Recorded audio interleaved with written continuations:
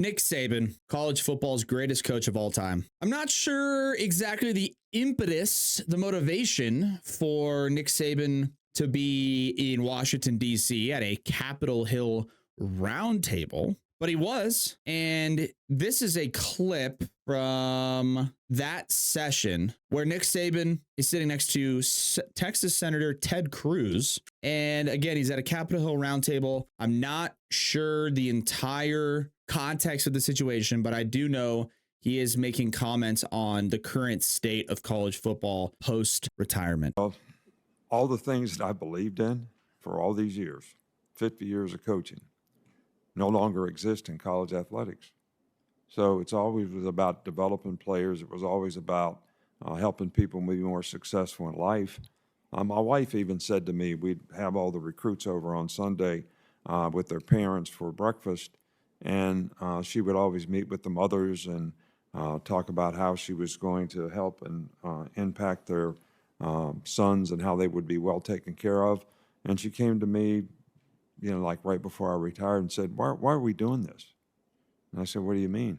She said, all they care about is how much you're going to pay them. They don't care about how you're going to develop them, which is all what we've always done. So why are we doing this? So he's making some commentary. He's got some things to say about college football. And the quote I think that sticks out the most there, all the things that I believed in for all these years, 50 years of coaching, no longer exists in college athletics. It was always about developing players. It was always about helping people be more successful in life. All they care about is how much you're going to pay them. They don't care about how much you're going to develop them, which is what we've always done.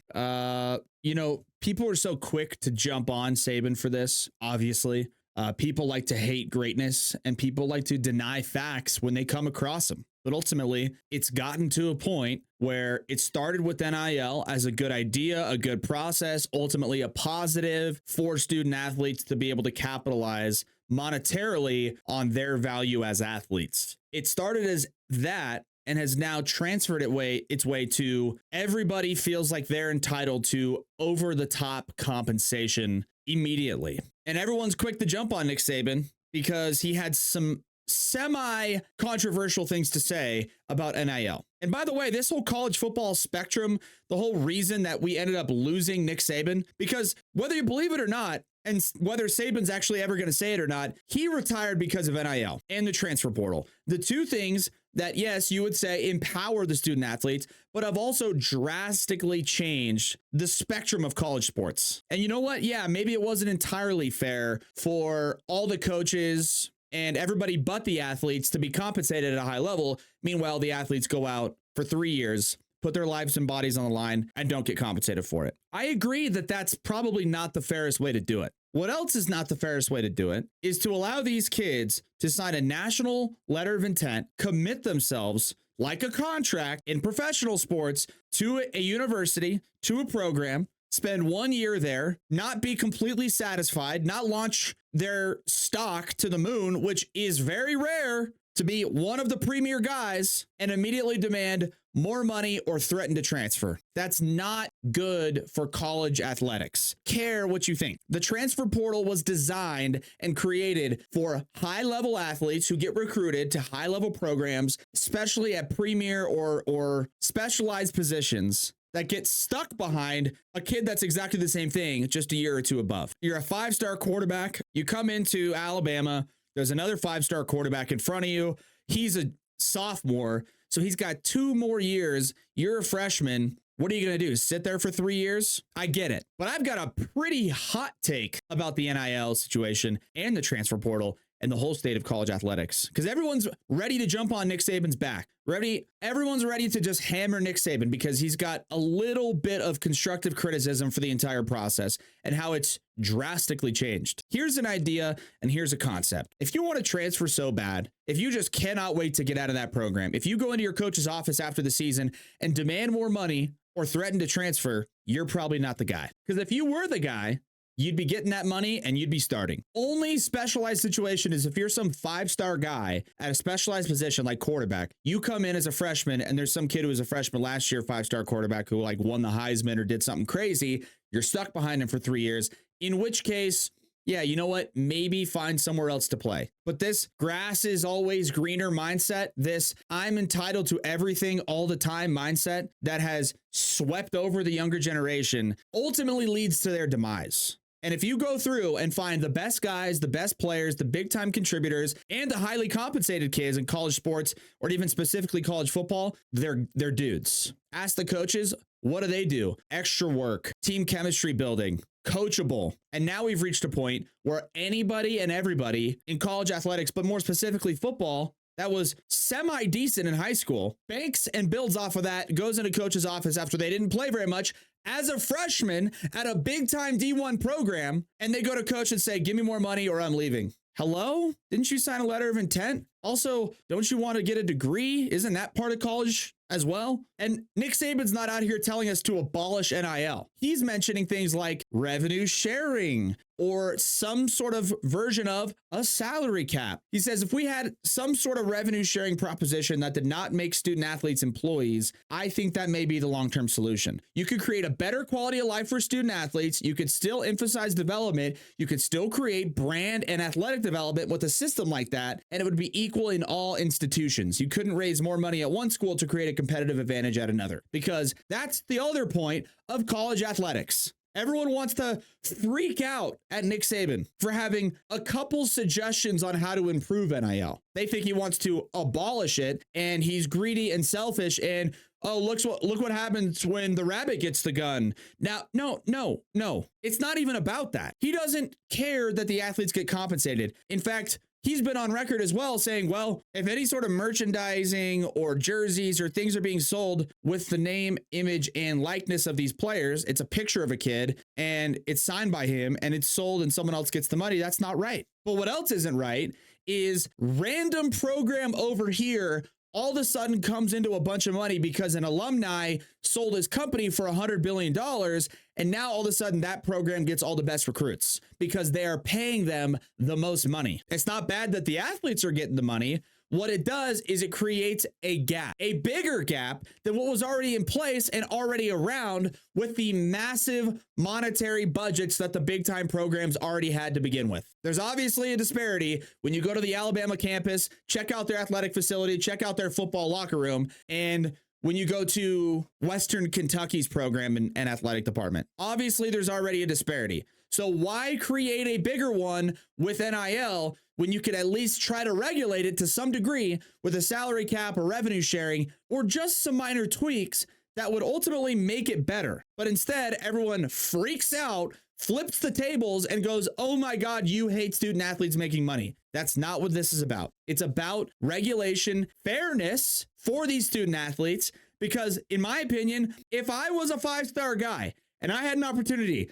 to go to a small school, but make the most money I possibly could, and the team is going to be hot garbage, or take a little bit less money, maybe spend my freshman year developing and sitting behind a guy that's definitely better than me at a big time program, and then ultimately lead to my exposure and develop. Oh, and go to class and get my degree because that's the point of college, I would probably choose option 2. That's just me though. But all of a sudden, Nick Saban has a couple of suggestions and implies what everybody knows and everybody's thinking, which is these kids only care about money anymore. And all of a sudden he is the biggest criminal of all time and everybody hates him and he's such a hypocrite and all this stuff.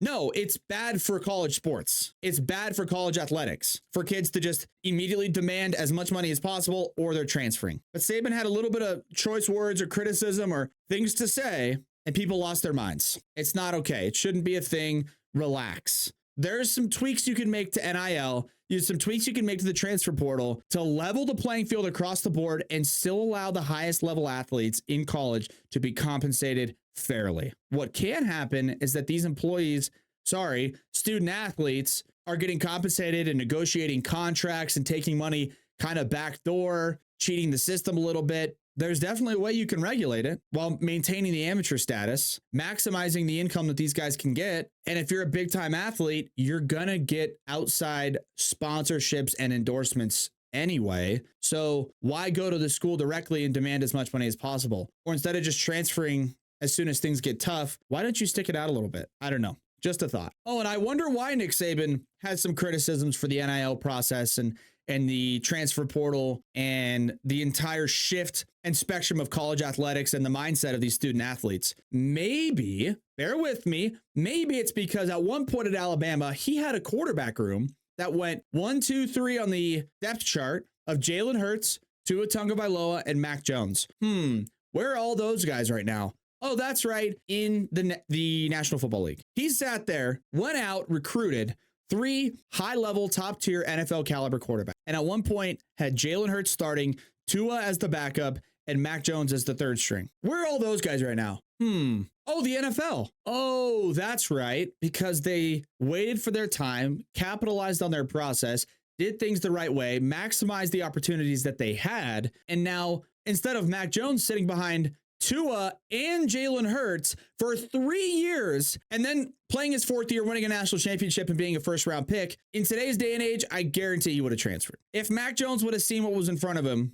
and transferred, no one has a crystal ball, but I would pretty much guarantee, based on where he could have ended up, he wouldn't have won a national championship and been a first-round pick. That's just a fact. If Mac Jones looked at the adversity he had in front of him, looked at Tua and Jalen Hurts above him on the depth chart, and just transferred from Alabama, he's not going in the first round. He's not probably in the NFL. But instead, he watched Tua, he watched Jalen Hurts, he developed, he sat for 3 years, got his opportunity, slid right in at quarterback, was prepared, ready to go, put up crazy numbers, and he went to the NFL. Wait, but so did Tua. Oh, and then Jalen Hurts graduated in 3 years, did things the right way, transferred accordingly, didn't lose any eligibility, no hard feelings, went to Oklahoma, tore it up, and he's in the NFL. Oh, so it is possible to just sit back and wait for a second, have a little bit of patience, look in the mirror and realize the reason you're not playing maybe isn't because of everyone else's fault, because you probably aren't doing enough. Mac Jones will be the first one to tell you he wasn't doing enough. Tua was better than him. Jalen Hurts was, of course, better than him. Jalen Hurts and Tua came in at the same time. Rather, Jalen Hurts and Mac Jones came in at the same time. And instead of Mac Jones looking at it going, oh my God, Jalen Hurts won the job and they got this Tua kid the next year, I'm never going to play. I'm out. Or I'll stay, Coach Saban. I know you recruited me, but give me $5 million. Oh, wait, he didn't do any of that. He waited. He developed. He made the most of the opportunities he got when it was his chance to finally slide in as the starter. He served his time, got in, put up big numbers, and went in the first round. And he's in the NFL. And we can all agree. We can all agree. Watch Mac Jones play in the NFL. He's probably not going to last very long. He's probably not the best quarterback. In fact, of that group of Jalen Hurts, Tua, and Mac Jones, he's definitely the worst of the 3. But he went higher than Jalen Hurts in the draft. And none of that happens if he doesn't stay at Alabama. We've got guys like Kyle McCord starting, playing 12 games at Ohio State, a top 5 premier program in the country, going 11-1, and then transferring to Syracuse for what I presume to be more money. And Kyle McCord looked at it as a short-term monetary improvement for what I believe to be ultimately a long-term detrimental decision to his career. Where is he going to have more opportunities to play on a national stage with 5-star recruits? Ohio State or Syracuse?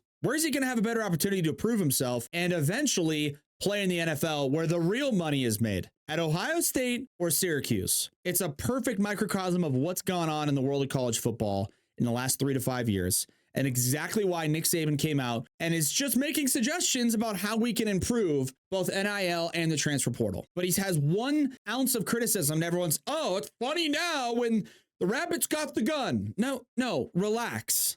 Everyone calm down. Nick Saban is a genius. He knows what he's talking about. And most of his suggestions and proposals still include the athletes getting compensated very fairly. But revenue sharing or some version of a salary cap or a transfer limit where it's you can only transfer twice. All of a sudden people are, oh no, he hates athletes. He got millions of dollars. All of a sudden players are getting paid and he hates it. No, relax. Let's regulate this thing. Let's get it settled down and let's level the playing field for all these universities so that the big time schools in the middle of nowhere that happen to have the biggest budget aren't all of a sudden landing all the top players and prospects and ultimately ruining their careers because they go to a program that is hot garbage, to a coaching staff that's terrible, go there, go 500 or worse every single year, and their career is over because they don't have an opportunity to display themselves at a high level or have high level competition or competition within the program. They just go, show up, here you go, you're starting at a terrible school with no infrastructure, and your football career is over. Congratulations. You made $3 million in college instead of making tens or hundreds of millions in the NFL. It's stupid, man. It makes no sense. Let's regulate it. Stop hammering Nick Saban. Take a second, do a little bit of critical thinking, and realize there's ways we can improve this to make it more beneficial for everybody involved.